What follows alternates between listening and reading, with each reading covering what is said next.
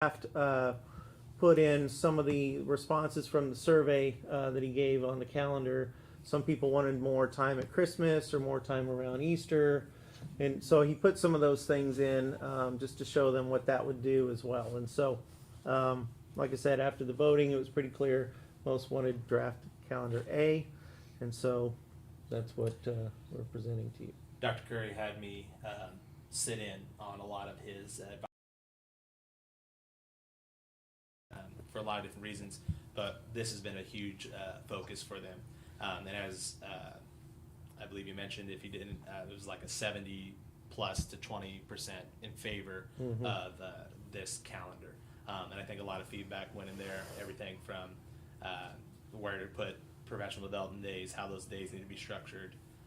And of course, the staff seems to really value the week spring break still. So, any comments, questions, or concerns? The only comment that stood out to me is the week of the Halloween parties, on usually on the 31st. That won't be a school day, and then the week of parent-teacher conferences. If they think about that, we're either going to have, that causes a lot of disruption in rooms. So I just want to make sure that's something they considered, and I'm sure they did.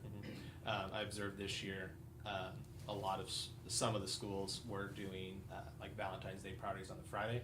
That way the week wasn't all sugar high and crash. And the initial reports I heard were great. And I think I can see a similar situation.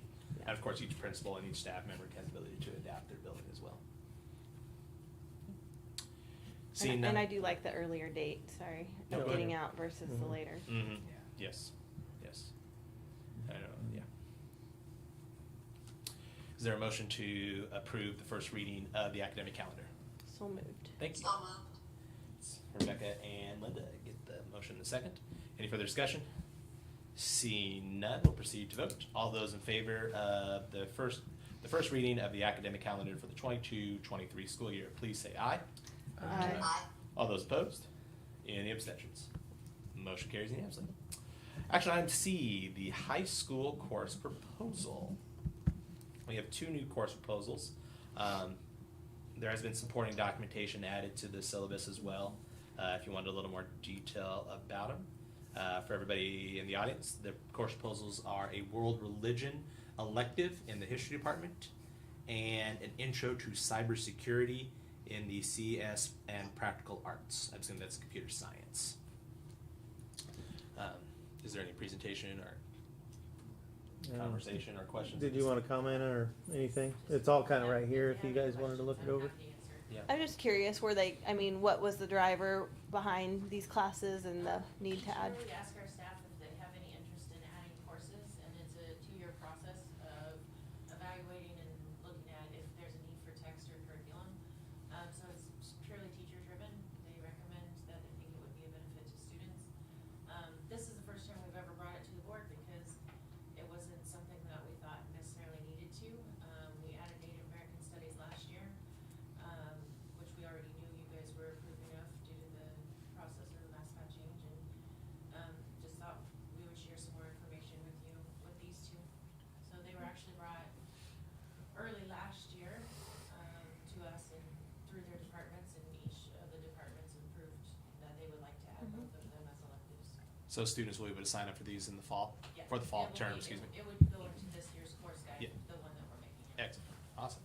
I know I've tried to get a world religions class put into our curriculum and I've got nowhere, so I'm very excited that it's available. Our history social studies department is really excited about having another upper level elective to offer. And they're both approved classes through DESE, and they have Moses course numbers and everything that go along with them. Excellent. I was excited to see the cybersecurity because it's a true, real problem, and most people don't know much about Well, and it. it's a booming major. Like Yeah, it people are is. going to college to major in cybersecurity at For sure. Northwest. Indeed. Hail the Greenway. Yeah. Well, and even the county I know is dealing with how to get their cybersecurity up. Yes. So, is there? Will that hurt or that'll be taking away a half a math teacher or a full year, 1 hour? It's a semester class that will go up against our computer science 101. So instead of offering 2 sections of computer science 101, they would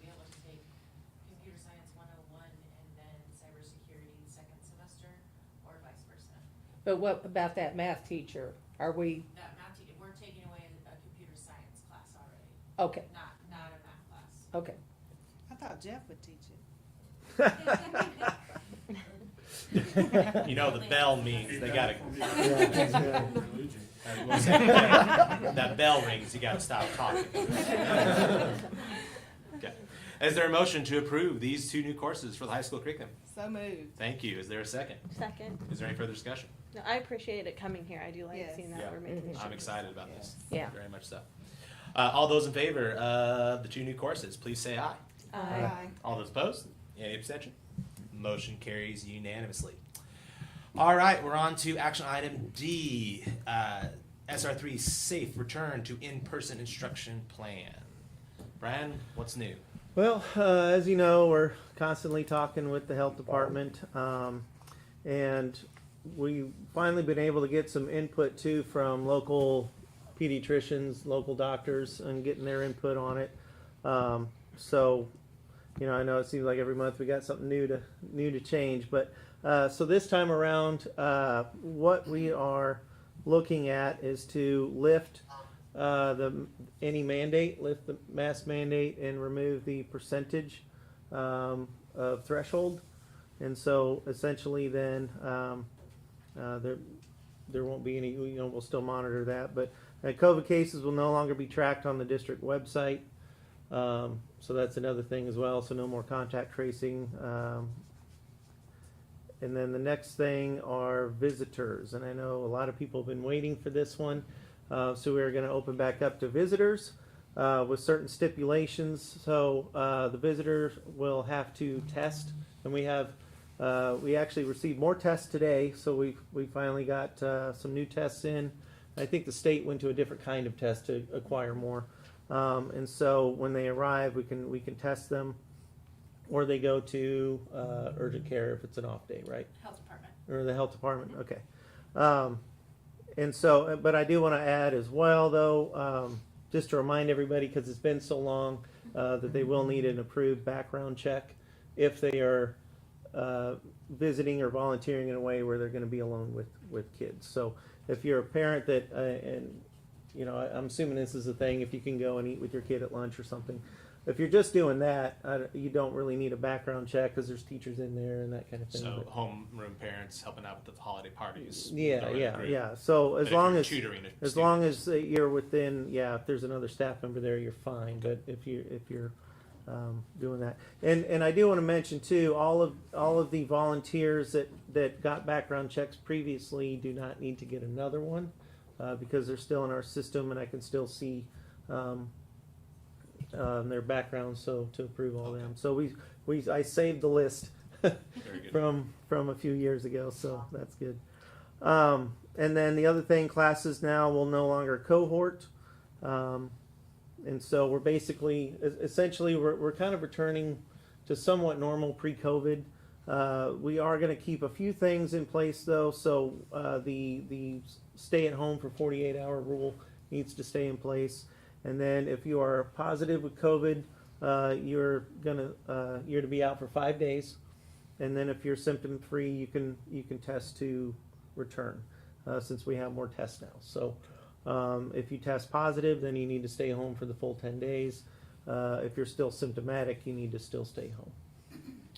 I'll go and share our most recent COVID numbers. We only have 2 buildings that have a positive case, and both those buildings are less than 1% of the student population.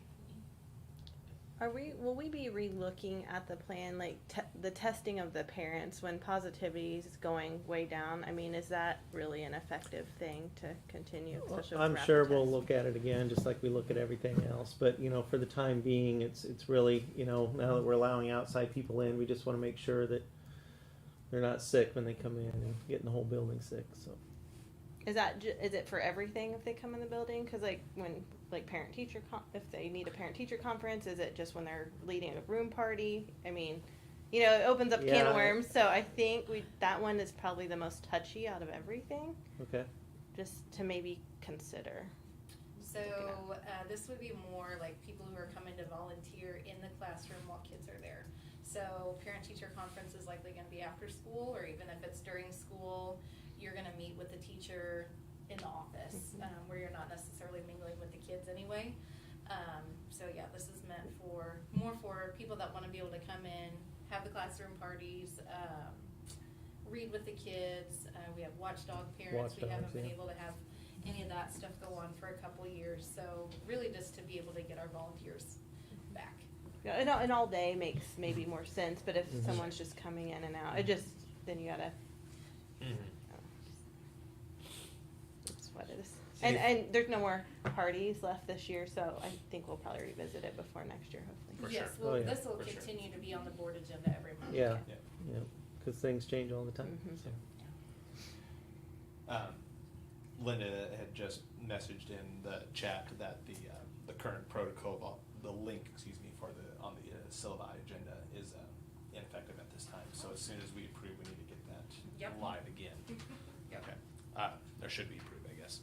Any further discussion? Is there a motion to accept the revised plan? So moved. Thank you, Stanson. Is there a second? I'll second. I'll give it to Rebecca. Any further discussion?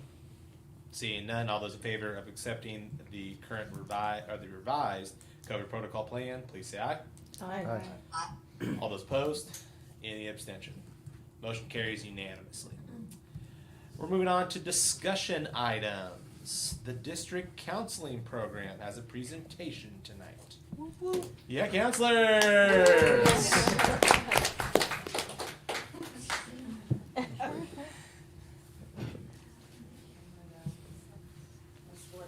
Props for all being here, Yeah, right? they always show up. They're a tight group.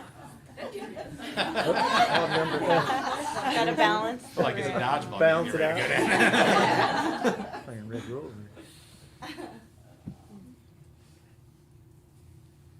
Who's doing the talking? Okay, so this just kind of breaks, I'll talk. This breaks down our counseling department by each building. At the elementary level, we have one full-time counselor, myself, at Minnie Klein, and then one part-time, Abby Winder, and we share her with Amazonia. And then it also shows you how many students we have enrolled.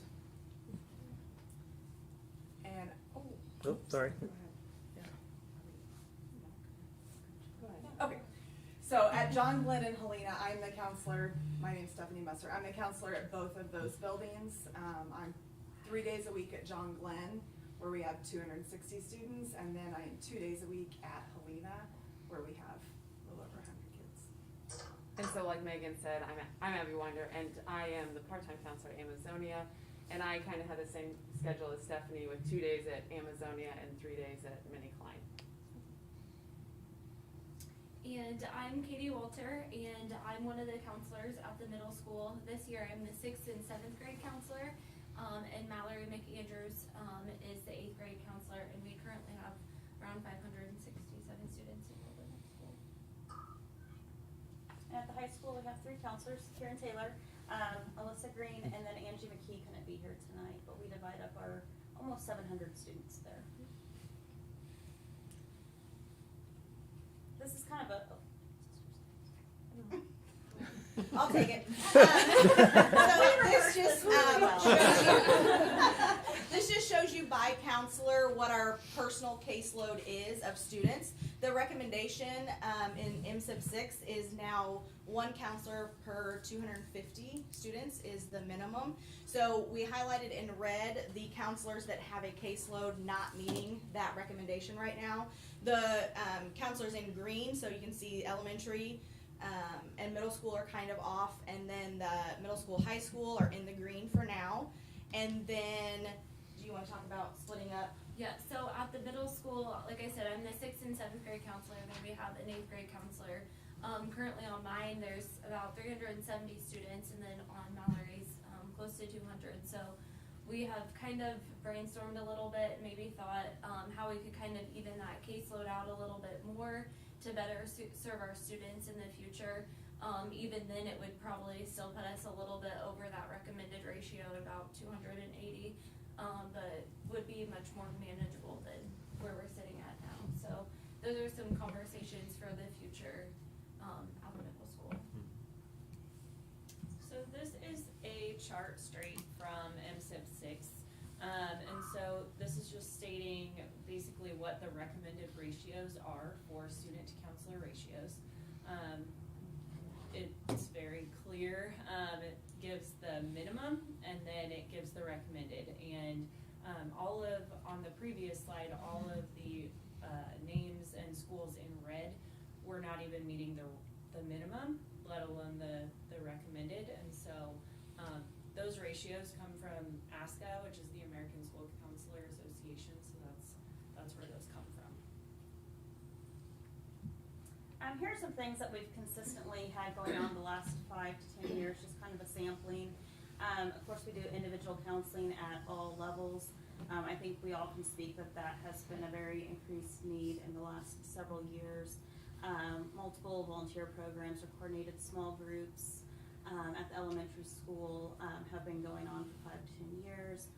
Classroom lessons, we do the transition from elementary to middle school. The next slide will have what we do now at the high school. The student sign-ups, that's just any student can request under any circumstance to come meet with us. We have methods for them to do that. We coordinate registration, senior meetings with our students. And then we've consistently over the years had advisory councils. We have a session with students where we get feedback. And then we've also had sessions with parents where we get feedback. And that's been very beneficial. I'm going to go over the newer implementations within the last 1 to 3 years. So I'm just going to kind of point out a few on here. A big one that we have going on at the middle school is our Character Strong curriculum, which is a social emotional learning curriculum that we do weekly. This is a really important piece that's delivered through our community time. That way those students kind of get that foundation in this social emotional learning, and it is very important right now. And then at the elementary level, just kind of hitting on some the comfort corner kits in the classrooms. So just a calm down area in the classrooms at the elementary level for students to go take a break and kind of reset themselves. At the middle school and John Glenn and Helena, we have mindfulness. We start our day at the middle school with some like guided meditation, relaxing music, a chance for the students to kind of get their focus before they begin the day. And then apply labs, breakfast with the experts, then the grant position for the post-secondary advisor at the high school, and then 4 of our counselors are trauma certified, so they had to go through some extra trainings for that and put in a lot of work for that as well. So. And that we really truly appreciate your guys' support in allowing us to do that through the district and providing us the opportunity to become certified so that we could help some of those students that have needed some more support healing from some traumas that they've had. Are you guys the only staff members in our buildings that are trauma trained? We're the only ones that are certified Okay. as trauma practitioners. Okay. So we're the only ones that can do interventions with students, but we have, not this year, but 2 years previous, we have done staff trainings on trauma for all staff, all grade levels. Are we planning on doing that next year? We would love Do you to. know? Okay. I think we are. Yeah. It's on the I was thinking we were, so. Good. So some of the data that we collect to kind of track our program effectiveness is listed on this slide. We do like an internal improvement review every 3-ish years, and that's something that we kind of, the goal is to kind of sit down with our admins and go through all of that together. And then Karen, I think, mentioned the advisory committees in a previous slide. We also do some needs assessments where we send out to parents in our schools and staff members. We do one for students as well for the upper elementary grade levels. And then those are links. I think you can click on those and view those results if you'd like to. And then the last one is the one that's the most valuable to me. I guess I'll speak for myself, but I would venture to guess that it's the most valuable to others as well. Is just like the time task analysis, it kind of tracks where we spend our time the most. Is it with individuals? Is it with small groups? Is it in classroom guidance? Or is it with career planning? And so with the counseling programs that we've all been through, it kind of gives us ideas of percentages of how much time we should be spending in each of those areas. And that allows us to really see, like, are we following those guidelines, and are we spending time where we need to be spending time, or a lot of us see that our individual sessions with kids is just a much higher percentage, so that takes away from other things. And then, like, the year-end reports that we do, we give those to our administrators too, and that kind of just helps them see how much we meet with students, and if it's small groups or individuals and that kind of thing. So that's very important for us. So the Missouri counseling model, it's a comprehensive school counseling model that we follow. It's part of our certification as school counselors. And within that, it kind of lines out, like the girls have said, what we should be doing within the school day to clearly meet the needs of our students. And so we listed on here a few limitations that are in place that kind of give us some hiccups in being able to enhance our program the best that it can be. The first one we mentioned already earlier, but that student to counselor ratio in the elementary and middle school buildings prevents us from being able to meet the needs of all of our students. Speaking just for me personally, I'm at John Glenn 3 days. 2 days I am not there, so that means that building is running 2 days without a school counselor. So not only is that limiting the program, but it's adding that on to other people in that building to fill my role while I'm not there. Smaller schools like Amazonia and Helena are the same. We run without school counselors multiple days out there. And then with Minnie Klein, Megan there full-time, but you saw that caseload was nearly 600. So not having 2 people there to be able to cover both caseloads at all times. We are also the 504 coordinators for the district, and that is something that we manage, except at the high school. And that is something that we manage to help implement accommodations for students in the classroom. ELL coordinators, we monitor and test our ELL students in the district. We create plans for them based on their testing that we give to their teachers. Building assessment coordinators, so that is just pretty much any assessment that is given within our buildings, we are the coordinators of those assessments.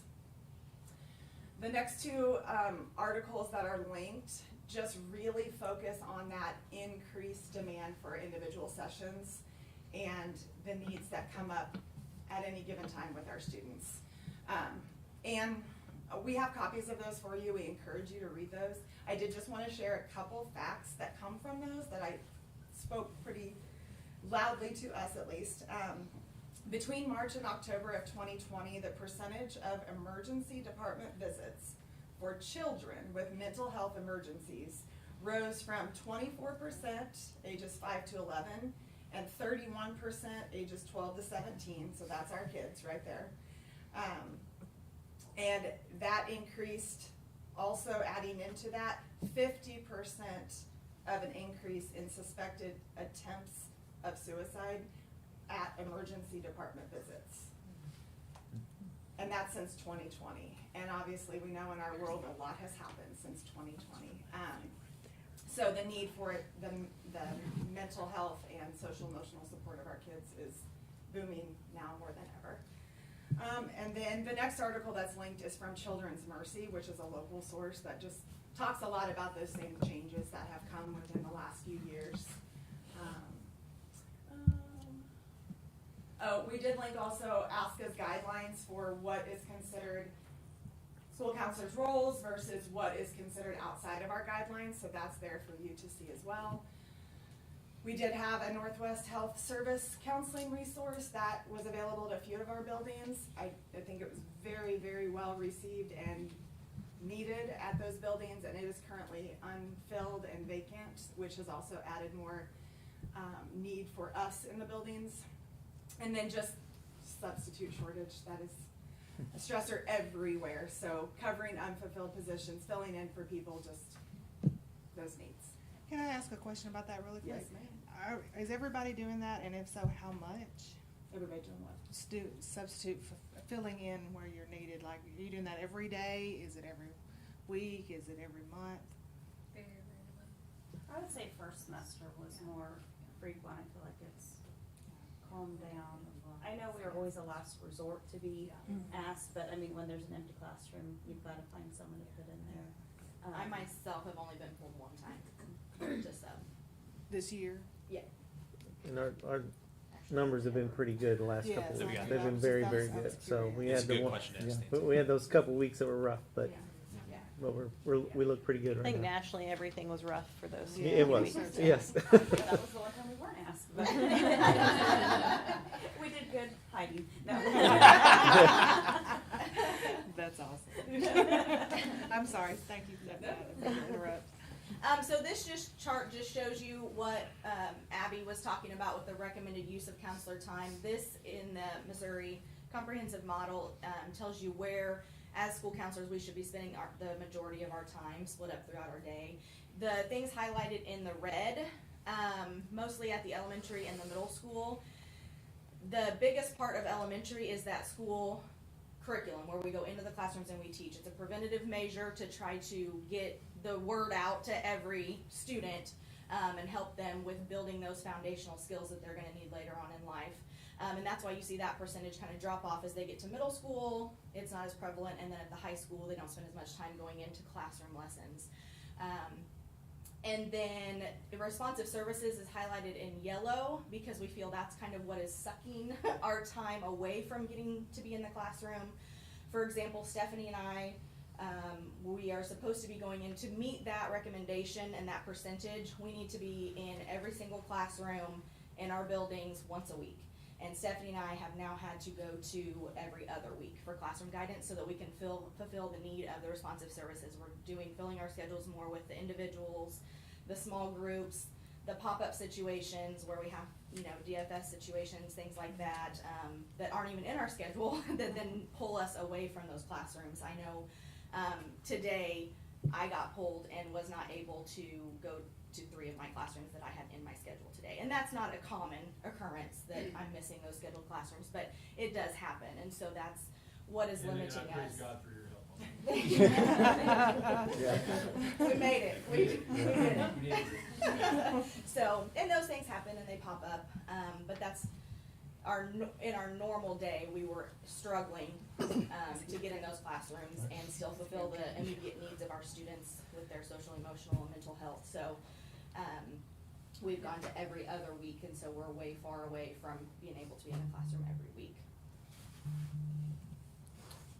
And then this is just kind of our look at the future of our school counseling program, what we would like to see, what we feel like would help us and help our students the most.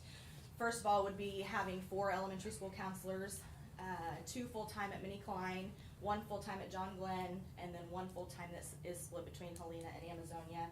That would help us with those caseload ratios that are in the MSIP 6 and help us meet those more closely. And then being able to get a contracted license counselor district-wide. And right now just really trying to fill that position again that we had at Minnie Klein. And then I believe they were on track to come to the middle school, but they never made it, right? Okay. So trying to get that, not only the position filled again, but we'd like to see that district-wide so they can be helping all of our students instead of just in our Minnie Klein building. And then the realignment of caseloads at the middle school, which Katie already talked about, and that is kind of the plan. So they're planning on doing that and fulfilling that for next year. And then making the Missouri Post-Secondary Advisory position permanent after the grant has fulfilled its time. So. I think that's the plan too. Yeah, let's give a round of applause.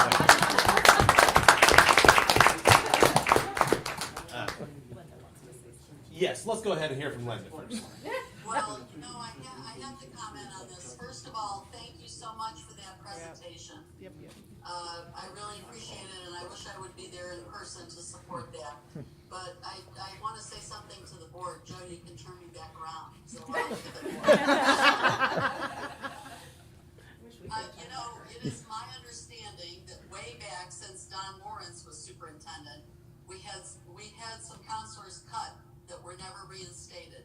And I think it's time that we take a look at the ratio of students to counselors, and especially with today's needs for the students. You know, I think it's critical because what we do at the school level keeps them out of offices like mine, which is what we want to do. You know, we want to help these kids. So I really think that's something we need to take a look at. And I was shocked myself when I started hearing this from other counselors that are no longer with the district, and did some research myself. So I think it's our due diligence to take a look at that.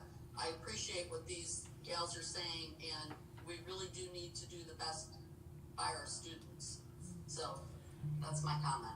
Thank you, Linda, and I agree with you. So I'm going to go ahead and place on the March work session agenda an opportunity for us to continue this dialogue. Got that, Jess? Excellent. The other thing I was going to mention, did you mention that you had the data from the parent and staff results? Mm-hmm. When I clicked on it, it took me to the survey on the thing. Can you share that with us so that we can continue part of our Did it discussion? take you to the survey or the results page? It didn't take me to the results page. It took me to the survey page. Okay. Yeah. Maybe you need to take the survey. Well, I did take the survey. Mrs. Messer sent it to me, and I took it, and it was turned in that day. Which comment was yours? Again, I'm going to plead the fifth. I was gonna say, I bet you could tell. I'd rather Kayleen tell stories instead of it. Any further questions or discussions at this time? Great job, thank you for Thank your you, work. everyone. You guys have done Appreciate you. such good work. Oh, yes, yes, yes. All right, very good. All right, we'll continue on the agenda for district reports. Is there an oral report tonight? Yes. The middle school. All right. Middle school. All right, we're gonna do some critical thinking. Oh, Lord. Yay. I'm done. Yes, in January, on one of our professional Why is that not development working? days, we had put your Sherry finger Roster over. and Shannon Bush, who had been using this instructional strategy, share with our staff. It's called hexagonal thinking. And so we're gonna practice here in just a moment. There we go. There it is. Okay. Okay, so one of the requirements that I've asked my teachers is to try this in their classroom, see how it goes. And this is a strategy that can be used throughout grade levels, throughout different content areas.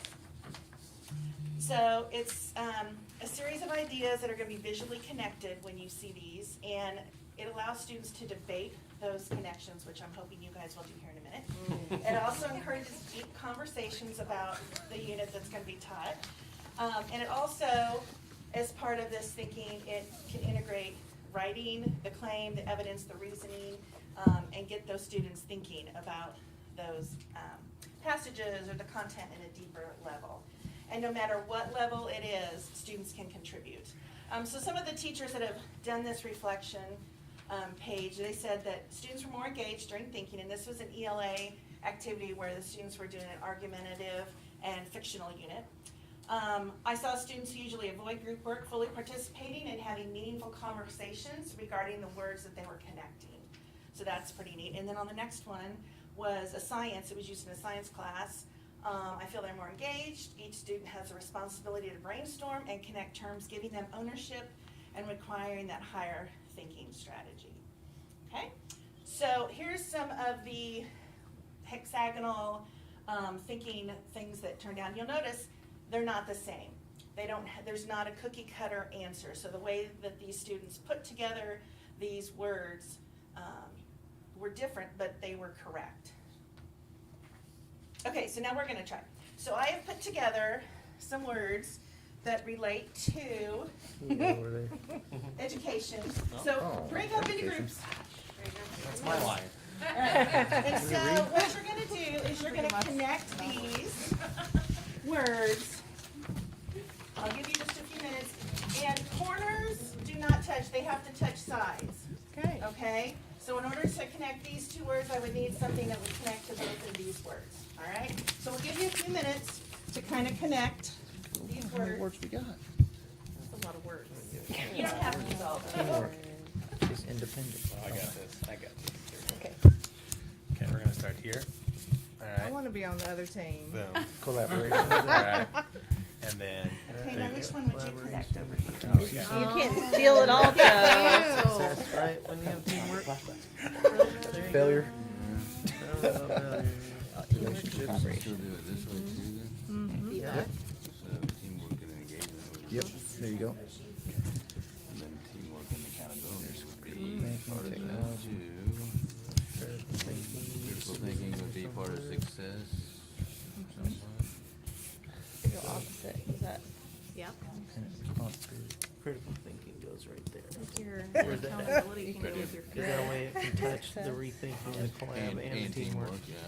There you And go. then you think standards needs to go with teamwork? So there's we can do standards assessment and, Yeah, that could attach to strategies. accountability too. Okay, and strategies and plans. I think engagement could go. I think success programs Engagement to after you relationships. do all the other stuff. So, I like my team. I've decided that I like my team. curriculum and standard need to go Go together. Reteaching assessment. Yeah. Wait. We're almost there. there, we're almost We need that one. Rubric. Failure? Yeah. Failure would be We don't fail. with, That goes over here with with technology. assessment, because we can fail at There, assessing there, and there. succeed. What are you thinking Then, we should yeah, go with? so there we go. There you go. Feedback, Yeah. engagement.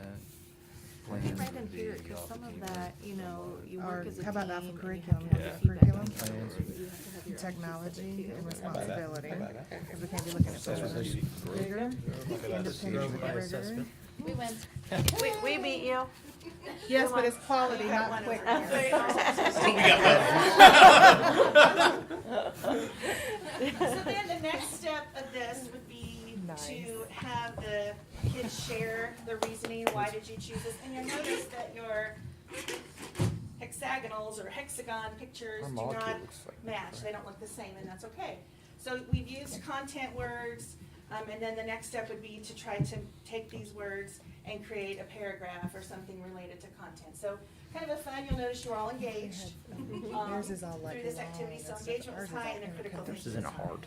So this is something that my teachers are working through, to get their students engaged, and it is kind of fun once you get started on it. So, anyway, that's something we're working on at SMS. Thank you very much. Very cool. Any additional questions about the district reports for this month? Thank you as always to the admin staff for putting those together for us.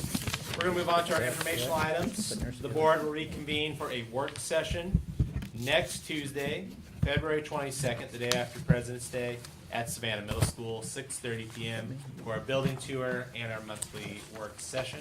Do we need to talk about snacks, Stephanie? I'll have snacks. Okay, just checking. Not dinner, she said. We don't need a meal. Next meeting. On March 17th, we'll have our annual monthly business meeting here at the district office at 7 p.m. Is there any additional informational items for the board at this time? I just have a quick question about, when are we doing the work session in March? 'Cause I Is know it we the changed 14th? Are we still doing it that previous Monday from the board meeting? Whenever the schedule said. Okay, Yes. so we didn't mess with the March. meeting. Yeah, we said we were gonna Oh. leave it until the board reorganized. the- Reorganize. Okay. Yeah, you guys did vote to Yeah, do it. because it was only gonna affect the March one if we changed it anyway. Yeah. So when is the work session in March? Jesse, you're gonna say it so I don't make It's it the 14th. Thank you. The 14th. 14th? where at. No, wait, that's wrong. It's the third Monday? Oh, good grief. Is it the third Monday? That's spring Yeah, break. but That's spring break. It falls on Yeah. spring break, So we bumped it up, didn't we? Yes. So then that's the 14th. Anyway, I don't wanna have everyone look at my calendar, so The Monday before the board meeting on the 14th. I have the 20, Is what I Oh, okay. Thank you, Sarah. Okay. Yes. Very good. Thank you. 14th at the high school. 14th, yes. Very good. Oh, at the high school? Yep. Excellent. Yep.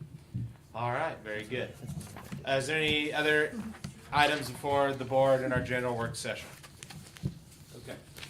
Seeing none, the board's going to, I'll accept a motion here in a second to adjourn our work session, but we did not complete the agenda for the closed session, so we'll need a motion read in its entirety to reconvene closed session after. But first, is there a motion to adjourn this month's regular board work? So moved. Excuse me. Thank you. Is there a second? Second. Any further discussion? Seeing none, all those in favor of adjourning this month's regular board business meeting, please say aye. Aye. All those opposed? Any abstention? Motion carries unanimously. The meeting's adjourned. Now, I hereby call us back into session for the closed session and ask for a motion at this time. I make a motion to adjourn to closed session for the discussion of hiring, firing, disciplining, or promoting a particular employee by public governmental body when personal information about the employee is discussed or recorded. Individually identifiable personnel records, performance records, or records pertaining to employees or applicants for employment, and records which are protected from disclosure by law per section referenced under section 610.021, subsections 3, 13, and 14 of the revised statutes of Missouri. And that the minutes and any vote that may occur pertaining to the same be made part of the closed session records and minutes be maintained as such. Thank you, ma'am. Is there a second? Second. Thank you, Rebecca. No, I did the. Jess, would you please call the roll? Absolutely. Jeff? Yes. Jamin? Yes. Dan? Yes. Linda? Yes. Rebecca? Yes. Joe? Yes. Stan? Yeah. We will now proceed to closed session. Thank you, everybody. We appreciate you being here.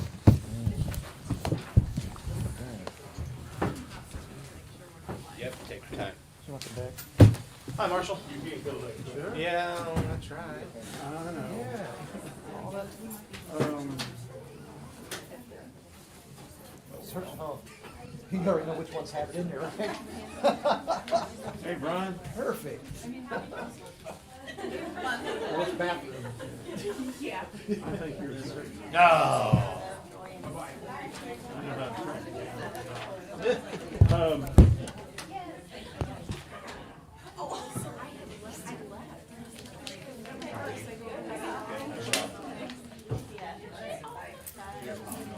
Is this the figure I want to deal with?